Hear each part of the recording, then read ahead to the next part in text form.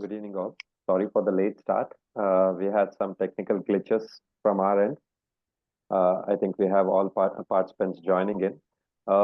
Let me not delay this because we are already running behind the schedule by 2 minutes. So I'll straight away head with the introduction. Welcome all. Welcome all for the Indian Society of Nephrology Monthly Journal Club.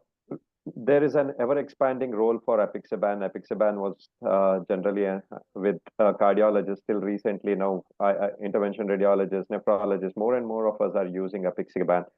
Something on the same lines. Today we have a journal club, and to present this journal club, we have Dr. Umang. Umang is a senior resident at the Gangaram Institute in Delhi.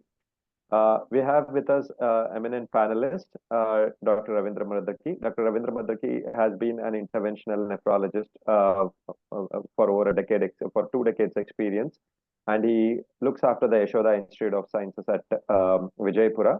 Also with us is Professor Sri Bhushan Raju sir. He will be joining us in another 2 minutes. Professor Bhushan sir is at the Nizam Institute of Medical Sciences, Hyderabad.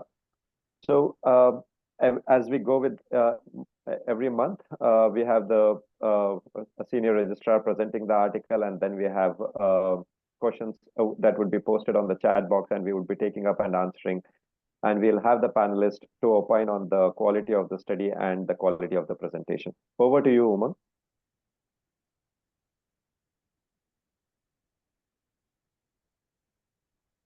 Umang, are your slides ready? Okay. Good evening, everyone. Yeah. Um, You can share the screen. just a second, sir.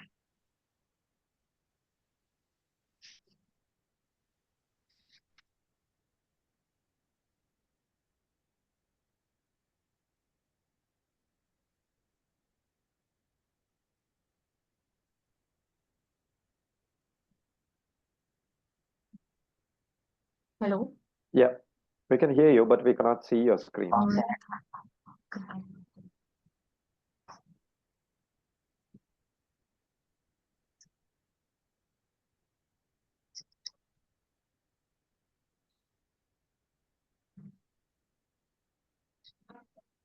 Ma'am, I have sent you my email address. You can also send to me. I will share.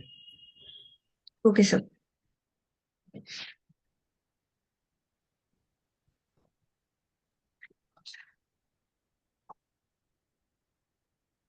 Are you using your laptop or your mobile phone?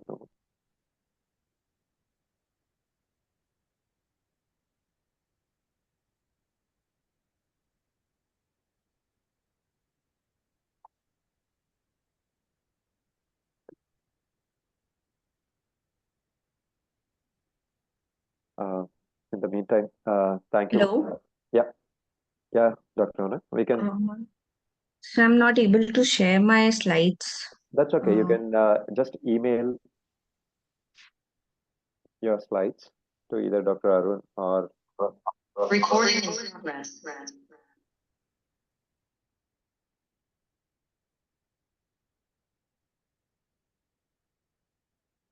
Yeah, Dr. Sri Bhushan sir has joined us. Good evening, sir. Thank you for joining in. Dr. Munang will be sharing her slides soon, and we'll be starting the journal club. Ma'am, can you please try again?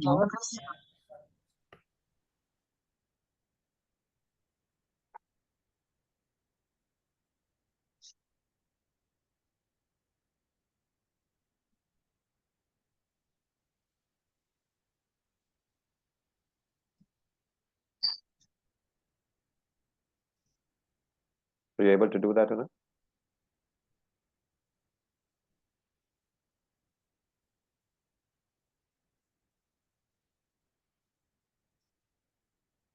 Do you want to re-log in?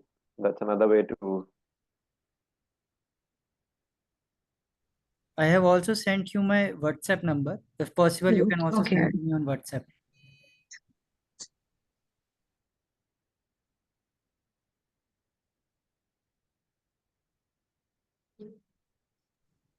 Or you can just send it to me, I will upload it. In the meantime, thank you, Dr. Ravindra sir. Any thoughts before we start the session? Have you been using apixaban in your practice, sir? Because you are the one who, who are in the battlefield every day, creating AV fistulas, doing thrombectomies. So, what has been your experience on? Good evening. Thanks all the team and especially Darshan for inviting me to panel as a panelist for this journal club. This last when you sent the study, I was just going through last year this one. I am using more dabigatran than apixaban. Some more post-COVID experience. I am more comfortable with dabigatran. But I am using only. Hello. Darshan, am I audible? Yes, sir, you're audible. Please go ahead. I am using only when thrombus load is more and when I am using retiplase to thrombolize. More so in proximal AVF thrombosis, and this one I have used. This one, but it is a good. But whatever the fear of bleeding used to be there for whatever we used to have the warfarin or acetylrome, that is not there in these things. What I have using almost since COVID era, we are using these molecules more. Even though these molecules came for atrial fibrillation, but as a nephrologist, my experience is more after the COVID.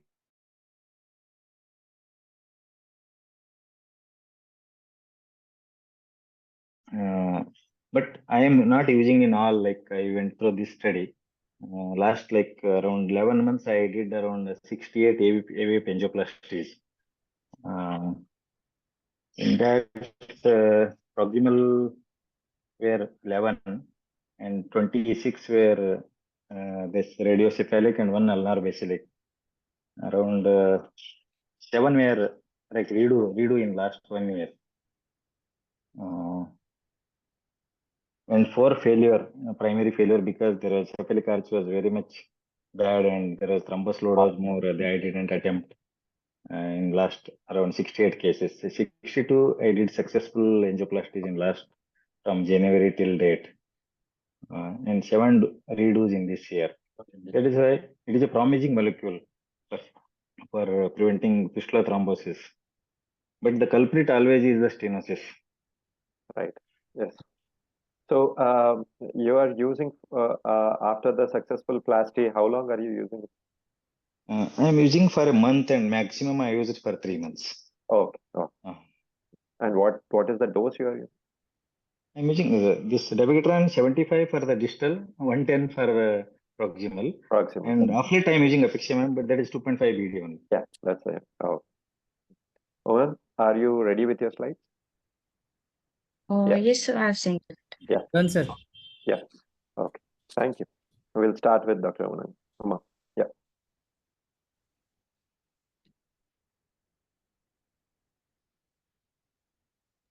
Ma'am, please start.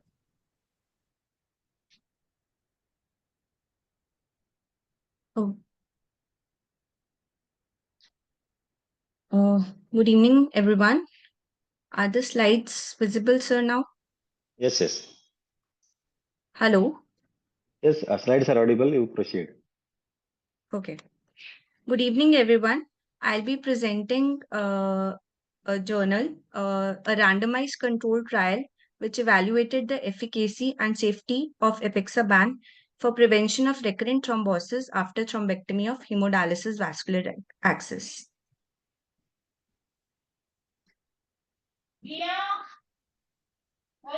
Vascular access, as we know, plays a crucial role as the lifeline for patients undergoing maintenance hemodialysis. The failure of vascular access remains a substantial contributor to morbidity, mortality, and health costs. 2 types of permanent vascular access, that is native AV fistulas and prosthetic AV grafts, are commonly placed. Thrombosis emerges as the predominant cause of secondary failure in both types of access, with an annual incidence ranging from 30 to 60%. The etiology of vascular access thrombosis often involves anatomical factors with luminal stenosis identified in 60 to 80% of the cases.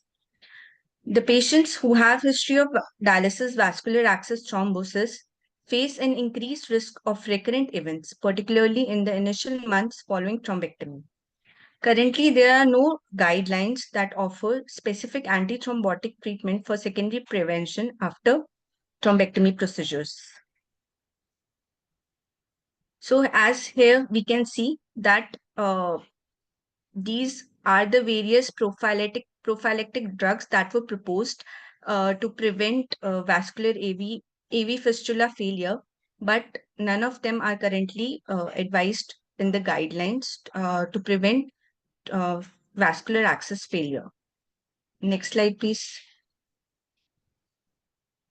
Aspirin plus clopidogrel in a study showed no benefit, but they caused increased risk of bleeding. Again, a study examined the impact of vitamin K antagonist in newly created grafts, but it was terminated early due to increased risk of bleeding. DOACs, they offer a more consistent and predictable anticoagulation effect, which is a crucial aspect of patients on hemodialysis who often struggle with anticoagulation control using vitamin K antagonists. So these are the various DOACs which are available with us in the market now. But as we can see that the most efficacious, the most safe one to use in patients with CKD appears to be apixaban from this image. Next slide. So looking at the safety of apixaban in CKD patients, there are various trials, as we can see, which suggest that apixaban as compared to warfarin was a more safe option in patients with CKD as it lowered risk of major bleeding.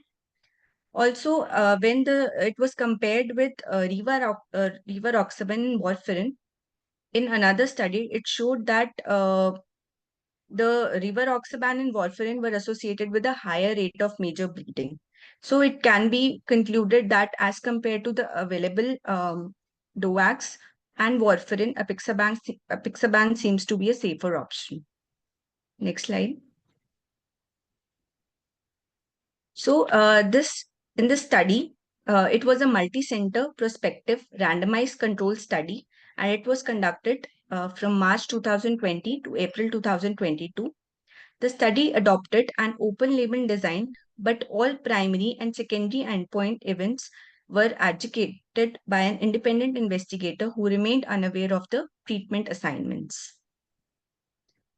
The aim of the study was to compare the standard care with and without the open label administration of apixaban in hemodialysis patients who had recently undergone endovascular thrombectomy for occluded vascular access. So the study received financial support and it was approved by the Institute Review Board of National Taiwan University Hospital. Next slide.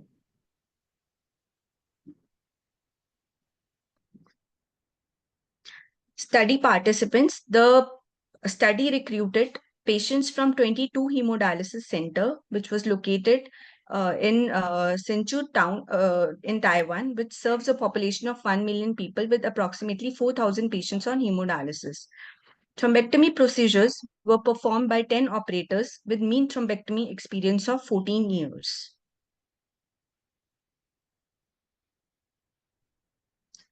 In the inclusion criteria, patients aged more than or equal to 20 years on maintenance hemodialysis who had undergone successful endovascular thrombectomy for occluded dialysis within the preceding 48 hours were included in the study, and the patient who had history of intracranial hemorrhage, clinically relevant bleeding events within 3 months, concurrent use of dual antiplatelets, ticagrelor or VK, scheduled surgery, that is planned coronary stent placement within the following 3 months, hemoglobin levels less than 7 or platelet count less than 80,000, or a presence of a bioprosthetic or mechanical valve were excluded from the study.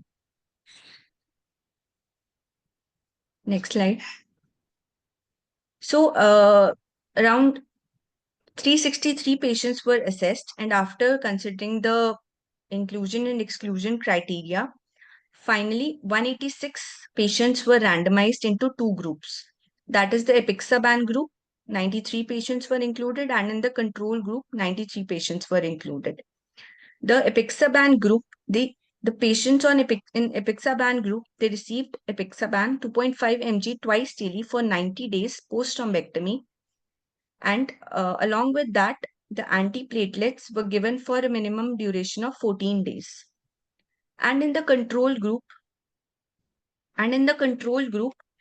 the patients received, every patient received aspirin 100 milligram daily or clopidogrel 75 milligram daily if the aspirin was contraindicated. And it was administered for 14 days post thrombectomy. Next slide. Here again, we can see that the patients were divided into two groups, and around 52 patients had AV fistula and 134 patients were having AV grafts. The platelet therapy was antiplatelet therapy was given for a minimum duration of 14 days to all the patients, both in the control and in intervention group.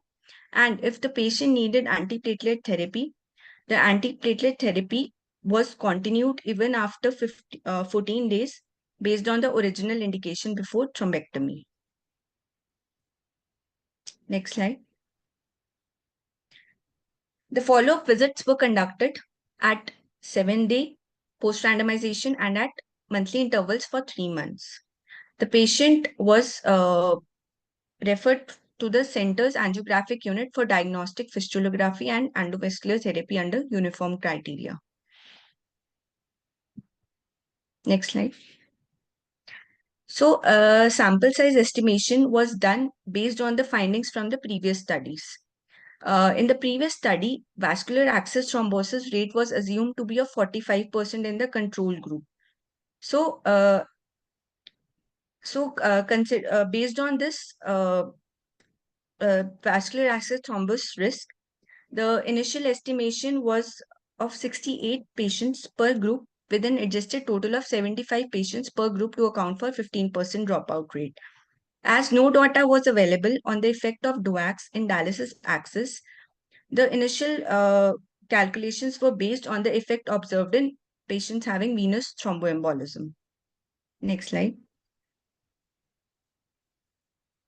So, due to the considerable uncertainty regarding the true effect size, an interim analysis was planned after 50% of participants completed the 90-day follow-up to allow for re-estimation of sample size.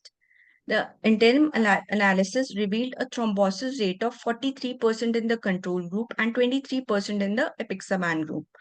So the sample size was re-estimated to 86 patients per group to maintain 80% power with a type 1 error of 0.05. Next slide. The outcome variables. These were the defined outcome variables. Vascular access thrombosis was defined as a sudden cessation of access flow, rendering hemodialysis impossible. The patency failure was defined as any reintervention or thrombosis events on the access circuit after thrombectomy, and access failure was defined as abandonment or surgical revision of the access.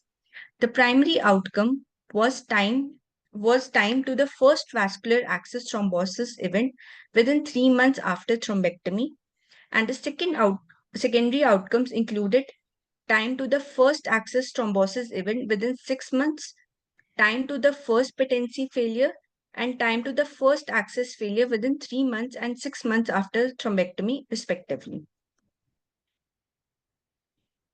Next slide. The statistical analysis was done using baseline characteristics were summarized using mean, standard deviation, median. Students' t-test was implied for continuous variables and Fisher exact test for categorical variables. And the post-thrombectomy patency was obtained using the Kaplan-Meier method and compared using the log rank test. The incidence of primary and secondary endpoints was compared between the control and apixaban groups using a Cox proportional hazards regression model. Next slide. The primary analysis, it included all randomized patients regardless of whether they completed the full treatment course. To determine whether the effect of apixaban varied by fistula types or concomitant antiplatelet use, severity of comorbidities, or recent thrombosis, the interaction terms were added to subgroup analysis. To assess for comorbidities, Charlson's comorbidity index of 4 was the set criteria, and p-value of less than 0.05 was considered of statistical significance, and the analysis were performed using Stata software. Next slide. Next. Results. A total of 186 patients were enrolled, and the mean age was 68.5 years, and 51.6% were males. After thrombectomy, 95.2% received antiplatelet therapy for 2 weeks, and approximately 52.2% continued their long-term antiplatelet therapy to the end of study. The vascular access was majority through grafts, that is 72%, and fistulas in the remaining 28%. So the baseline characteristic of study patients was comparable. Here we can see that the baseline age, sex, BMI, BP, everything was comparable in both the groups. Even the causes of ESRD were comparable. Comorbidities were comparable, and the risk of the various like risk of bleeding, history of malignancy, comorbidity index, Hasplett score were comparable in both the groups. Next slide. Here we can see that in post-thrombectomy patients, the patients who received 2 weeks of antiplatelet post-thrombectomy, aspirin was used in 70 patients in the apixaban group, and in control group, it was received by 63 patients. Clopidogrel, 16 patients, apixaban group, control group, 27 patients.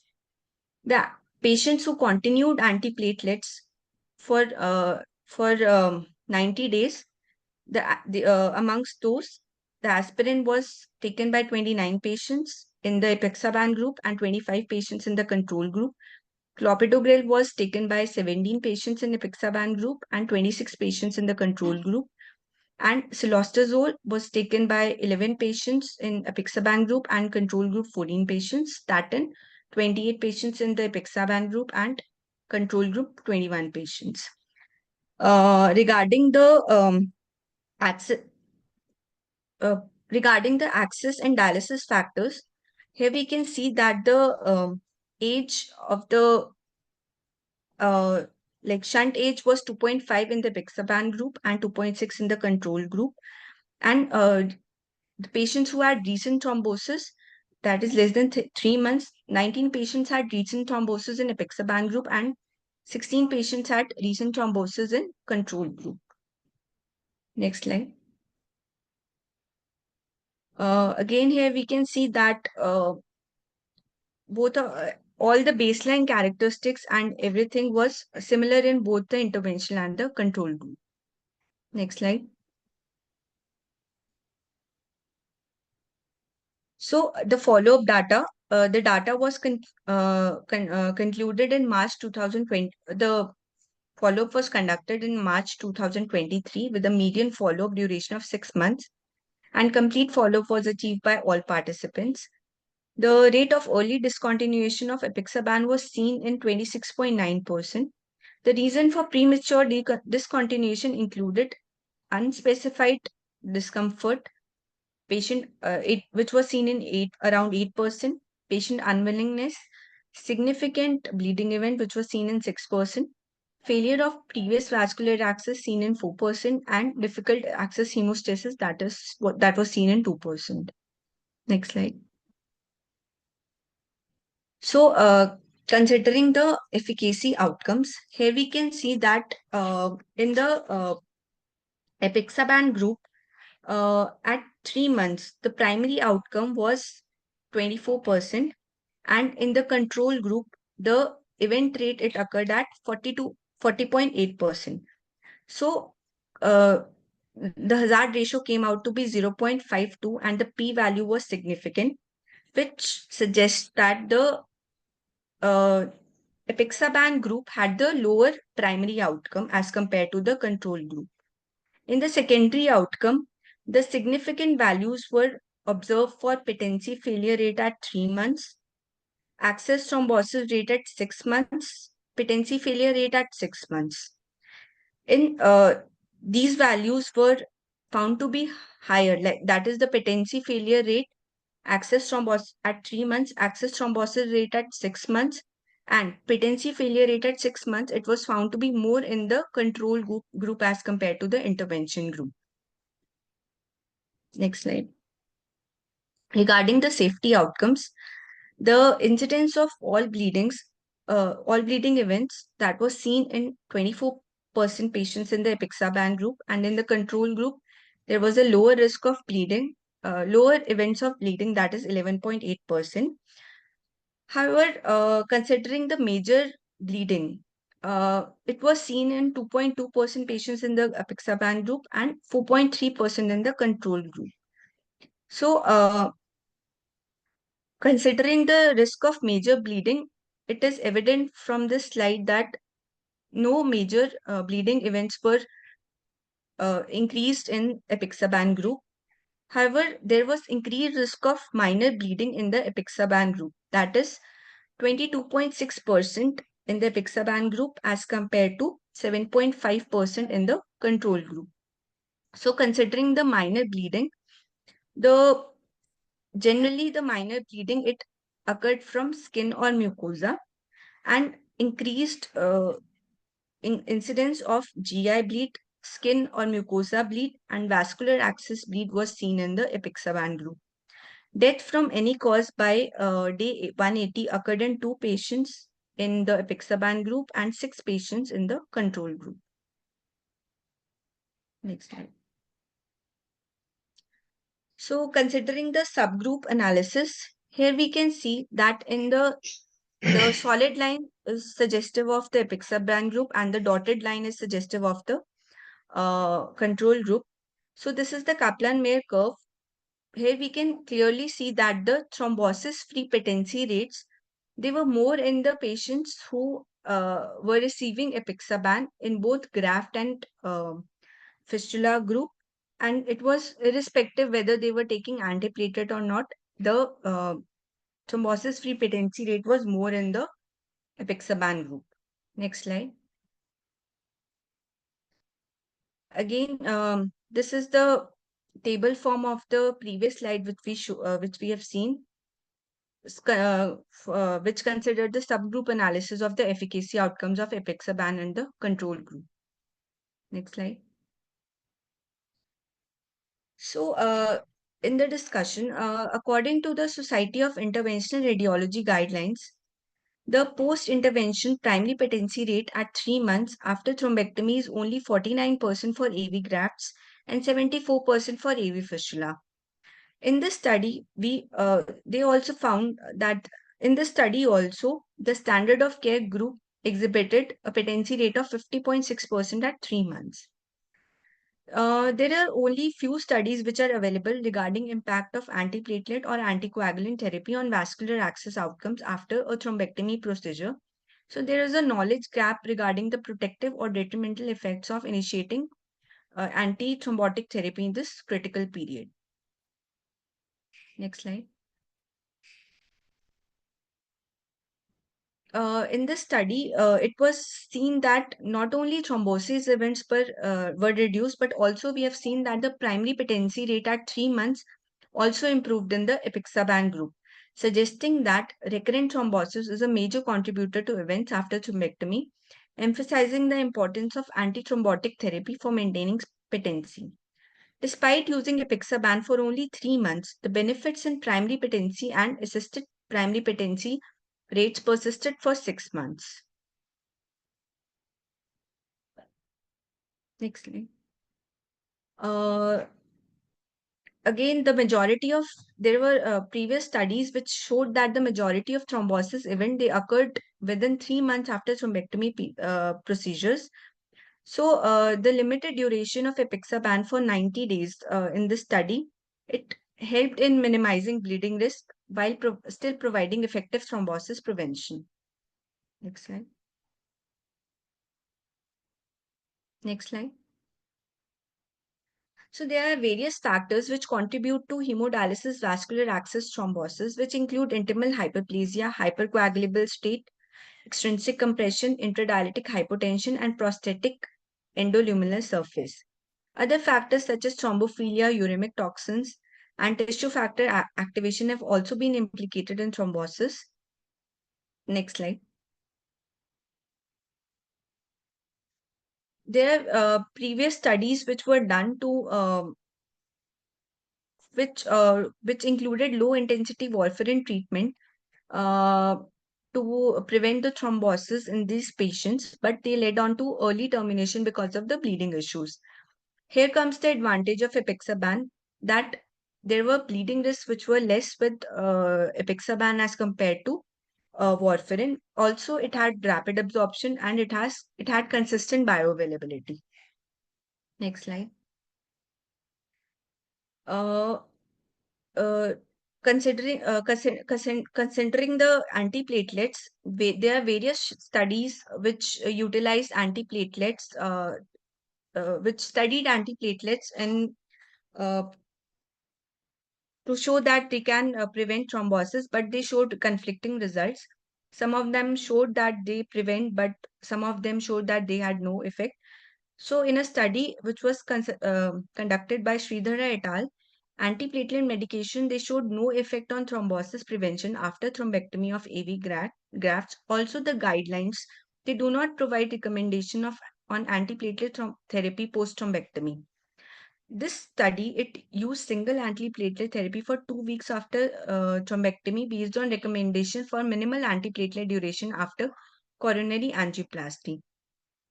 It was concluded that antiplatelet therapy has no protective effect on vascular access thrombosis. Although the effect of apixaban was numerically better in patients not using antiplatelet agents, there was no observed interaction between the antiplatelet used and efficacy of apixaban, suggesting that the benefits of apixaban are independent of antiplatelet use. In this study, the apixaban group had an overall incidence of major bleeding rate at 8.4 per 100% year with a median Haslet score of 3.1. This rate was lower than that observed in a large observational study of patients on hemodialysis with AF, which reported a major bleeding rate of 19.7 per 100% years. The probable reason for this is because because in the study, the lower dose of apixaban was used, that is 2.5 mg. Again, the renal AF trial, which is a trial which was conducted in hemodialysis patient with atrial fibrillation, where the patients were given two groups were made where patients were given apixaban and warfarin. The study indicated a clinically relevant non-major bleeding incidence of 25.6% in the apixaban group after less than 1 year of follow-up.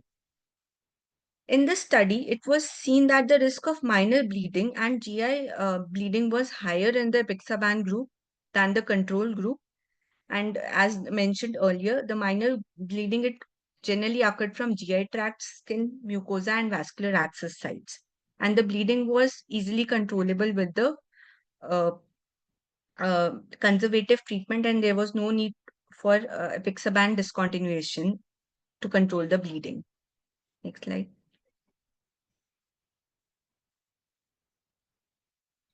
So the lower rate of major bleeding in the study may be attributed to the shorter medication duration, 3 months versus 1 year, and lower apixaban dose, that is 2.5 mg versus 5 mg twice daily compared to the previous studies.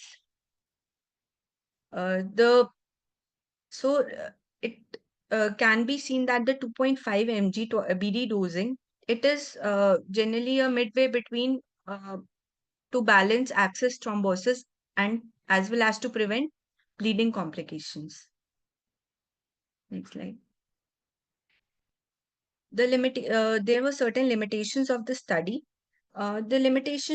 Minor limitation can be that there was lack of blinding, which could introduce performance and detection bias.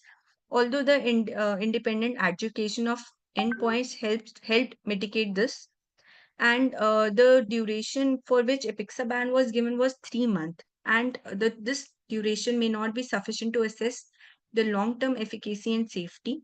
And also the study was conducted in a specific geographic region, which may limit the generalizability of the findings to other populations. Next. The strength of the trial was that it is like the first largest, it is the largest randomized data comparing anticoagulants and being the first to provide randomized trial data on apixaban for preventing vascular access thrombosis in patients on hemodialysis. Next.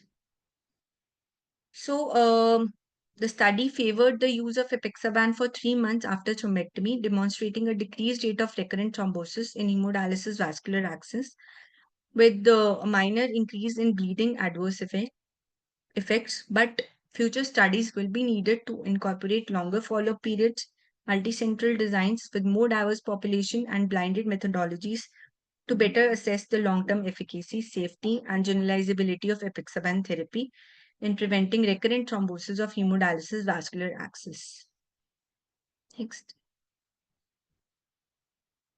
Next. So this is a visual abstract of the same study. Again, it can be concluded that the apixaban reduced the risk of recurrent thrombosis despite an increase in minor bleeding. Next slide.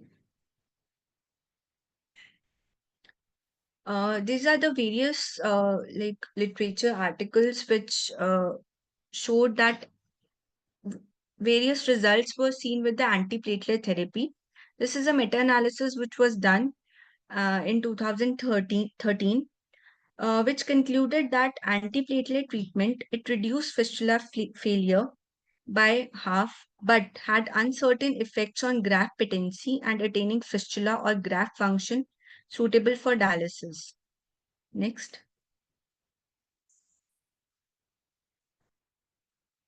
Next.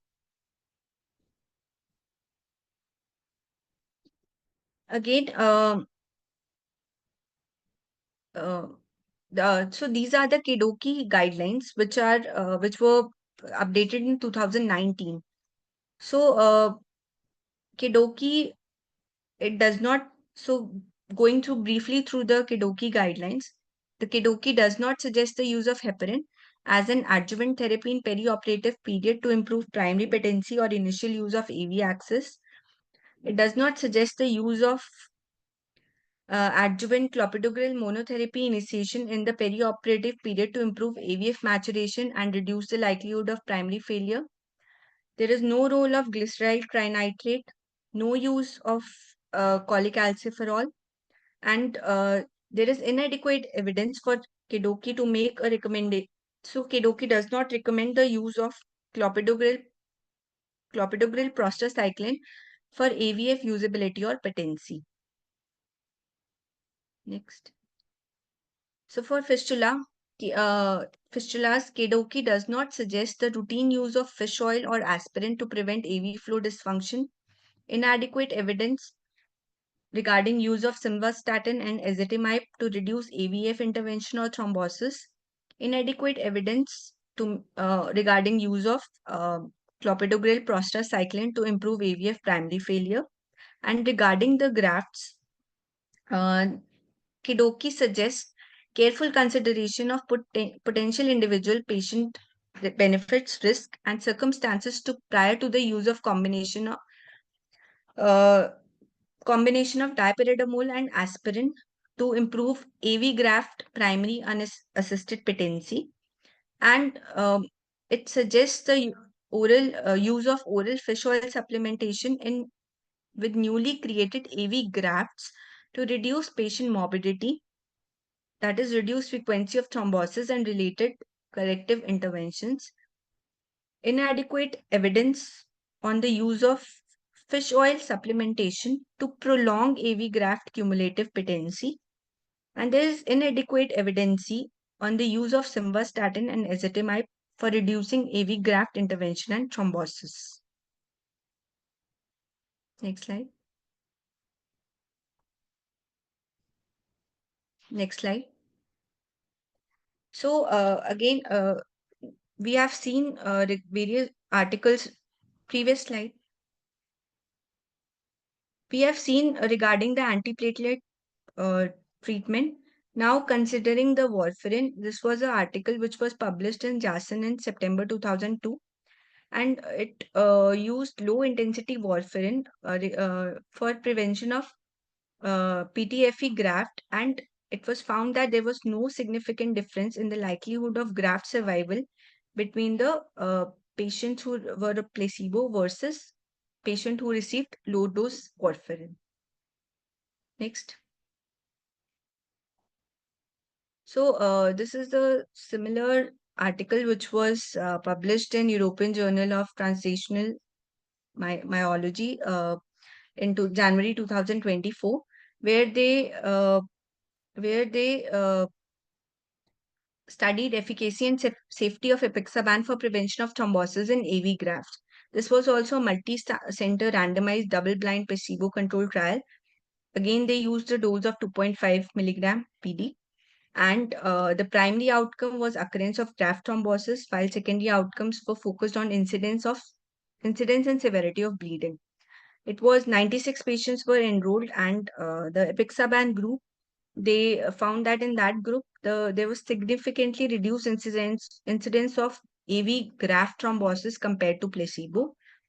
And the reduction in thrombosis incidence was not accompanied by an increase in the bleeding events. Dr. Umang, I think you can finish. Thank you. Thank you, Dr. Umang. It was a very nice presentation. It's really nice to see progress in therapies to improve vascular access outcomes. So I would like to invite our esteemed panelists to share their insights and thoughts on the article, how the presentation was done, and how it affects the practice in general in an Indian perspective. And all our attendees, please feel free to post any questions in the chat box, and we'll address them after the initial discussion. So, panelists, please. Shri Bhushan, sir. Good evening, everyone. Am I audible? Yes, sir, you are. Yeah, good evening. And it's a very well presentation by you, and very happy. And the second one is that the study is actually very good. Actually, it's very well chosen, which is, I'll tell you one of the statements given by Dr. Arun is the Indian context. I'll tell you how different this particular study and how relevant is this particular.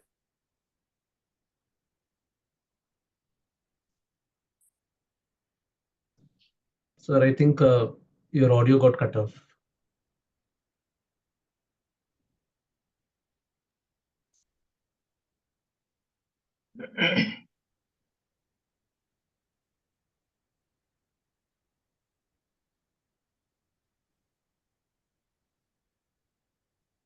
Sir, you're not audible, sir.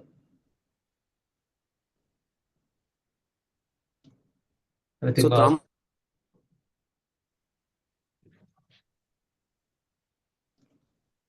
sir, you're not audible, sir. So that is a comment actually. Second one is it is a graph which is more common in this particular study, which is mostly 72% compared to our group of people, where almost more than 99% of them are fistulas. That's how it is relevant. Second one is the elderly population. Most of them are 68 plus mean age, which is, and in our group of people, most of them will be in 30s and 40s. 68 we go for CAPD, or they choose not to go for dialysis at all. Okay, good number will be there, but in 68, coming into a randomized control trial is actually very, very unusual in our country. If at all, if I were to do a study in our country, then I would be taking a lot of 30s and 40s. Most of our patients on maintenance hemodialysis for more than 3 to 4 years will be on 30s and 40s rather than 68 as the mean. And mean duration of dialysis here in this particular study is also more than around 4 years. So that is also very good and very interesting component. Another interesting component is actually vascular access is the upper limb actually is less than 30% of the people are upper limb vascular access. Most of them are lower limb vascular access. Because if you really see that it is probably the graft which is there in the lower limb actually, which is unusual in our set of cases. And because it's a graft, predominantly the AV graft, so more chances of getting into thrombosis and other consequent complications. Otherwise, this is very well done study. They could have actually analyzed the patients between the graft versus the fistula, the native fistula, because the pathogenesis, the complications, the consequences, and the progression, and the requirement of interventions and the drug therapy that includes an aspirin therapy or a statin therapy, or even the so-called the apixaban therapy would be different if it were to be the native vascular access is the graft versus the fistula. So if you really want to analyze the two separate entities, the graft versus fistula, that would be better to know, because it will be more relevant to us and we can think in terms of using it or not. And moreover, the aspirin is actually a simple drug. So, okay, guidelines really did not really tell us, and they told us actually to use only for 14 days or 2 weeks or less than that. But who told you not to use it beyond that? The patient undergoing bypass, which probably they did not mention whether the exclusion criteria or inclusion criteria. The patients who had an episode of bypass surgery would be on the aspirin therapy for a very, very long time. So if you think that the thrombectomy is done and he requires a vascular intervention, keeping it for a very long time is nothing wrong in that. Okay, we have a wonderful drug called apixaban, which appears to be very, very safe, and the complications appear to be less compared to the other drugs. But doesn't mean that the complications are less with apixaban. Here also, if you see, the all-cause, the bleeding episodes, the total bleeding episodes, the minor bleeding episodes, and vascular access bleeding episodes are significantly high with the apixaban compared to the control group. That also shows that the aspirin and the clopidogrel as the drugs for preventing the thrombosis of any kind is not totally gone and not totally out. So it is only the duration. Like the way a patient undergoes bypass surgery at the age of 68 years, don't continue to give it for a long time, for a year or so. So nothing wrong in that. Here we did not give it. So we restricted ourselves to giving this particular drug for 2 weeks, but beyond that it's not. But still, the apixaban compared to this particular protocol appears to be very, very simple. The clopidogrel aspirin is given for a very short period and continued to be on other drug therapy with apixaban. The complications are more. Especially elderly population in our group of people. And remember that most of the patients in this particular study are probably standalone dialysis centers or home hemodialysis rather than the dialysis in the hospital-based dialysis. Less than 30% of them are hospital-based dialysis. So in such a way, if you keep the patient in the standalone centers or home hemodialysis, the chances of bleeding will be very high significantly. And the bleeding not only depends only on the thrombotic otherwise developing more complications, especially the bleeding with the antithrombotic drugs and all. So we should be very, very careful in using this particular drug safely and comfortably in our group of people who have been are at less risk at predominantly the upper limb fistulas, mostly the fistulas, especially the middle age. And if at all you want to give it for an elderly population, you should be very, very careful and see that they are not emaciated and nutritionally well. Then only you can comfortably give it to them. And a good number of them had episode of either a vascular event in the form of a coronary group of people. So they are very well prone to develop complications related to thrombosis, especially the venous or the arterial thrombosis. But they are the people who are recruited into this particular study. And it's a very well done. And the randomization is absolutely good. And the methodical way of, in fact, the strength of this particular study is actually the recruitment done in a very proper way and randomized in a very proper way and maintained. It is a very short period of around 3 months. It is, but a good number of the patients in 20 centers, they recruited very nicely. And I feel that this can be utilized or exploited in our country also, wherever the patients predominantly on the grafts, and sometimes patients who are getting recurrent thrombosis with AV fistulas also, we should be able to utilize that. And nevertheless, better not to forget the utility of aspirin and clopidogrel alone or independently or together, and the way we give it for the post-CABG patient. Similarly, in our group of people also, it would still be relevant, But excess anticoagulation is associated with the more detrimental episodes in our group of people. We should be very, very careful about it. Thank you.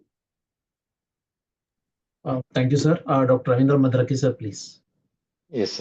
I think thanks, Umang, for a lucid presentation.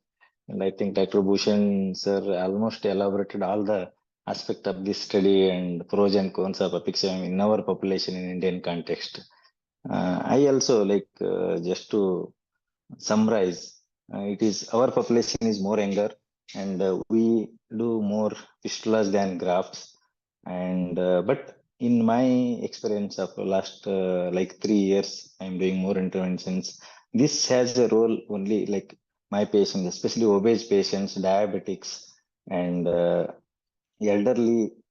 There is some role for these molecule, and especially when they have thrombus load is more.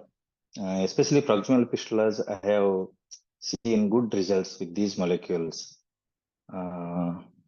This is all about my comment on this apixaban. But overall, I am using aspirin and atorvastatin combination for a month in a younger age, and elderly and diabetics, other indications are there. We're continuing same. And apixaban or whatever this Docas, I am using not more than 3 months in our like patients. That is also I am extending up my use by my experience in COVID patients. And Umang, one more just out of the box question is what AI app you use to convert this to PPT?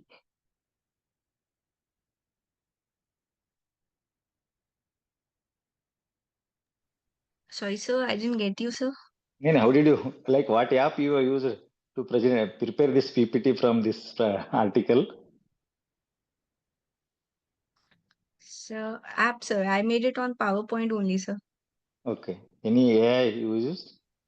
No, Artificial no, no, intelligence? sir. Nothing. Okay. No, sir. Thank you. Any specific reason you would ask that, sir? Was there any? No, it was like prepared very well, almost not missed any line from the article.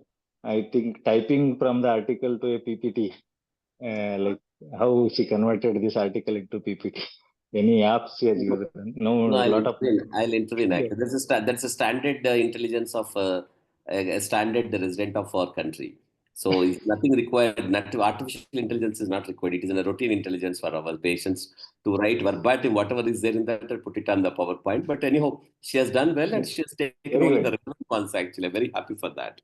Yes, very lucid. We have a couple of questions, sir. We'll probably take them before we discuss, sir. One is about the use of neuroanticoagulants in tunnel catheters. When do you use them and how long you use them?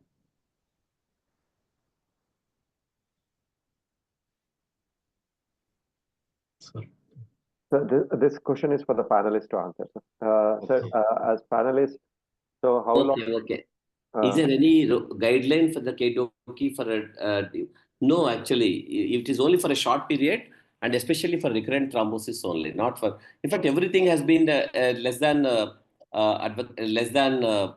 advocacy group because they're not well tested. Most of them are associated with complications, whatever it may be. So KDOQI did not really give any concrete guidelines that you use this particular drug for so many days. Because this particular study is a wonderful study done in the largest cohort and appears to be very, very convincing. So apixaban for the first initial 3 months after the thrombectomy for a patient with recurrent thrombosis of the vascular access would probably come in the next KDOQI guidelines after a few years. The tunnel catheters are associated with a significant amount of risk if you keep on using these particular drugs. Better not to use them for the tunnel catheters.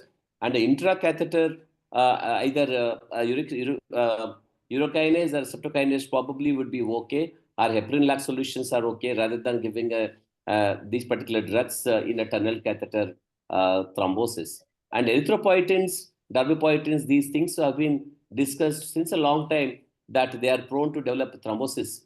And they aggravate the risk or increases the risk of thrombosis, but it was never proven. And because invariably most of our patients will be on erythropoietin ESAs for a very, very long time. So in order to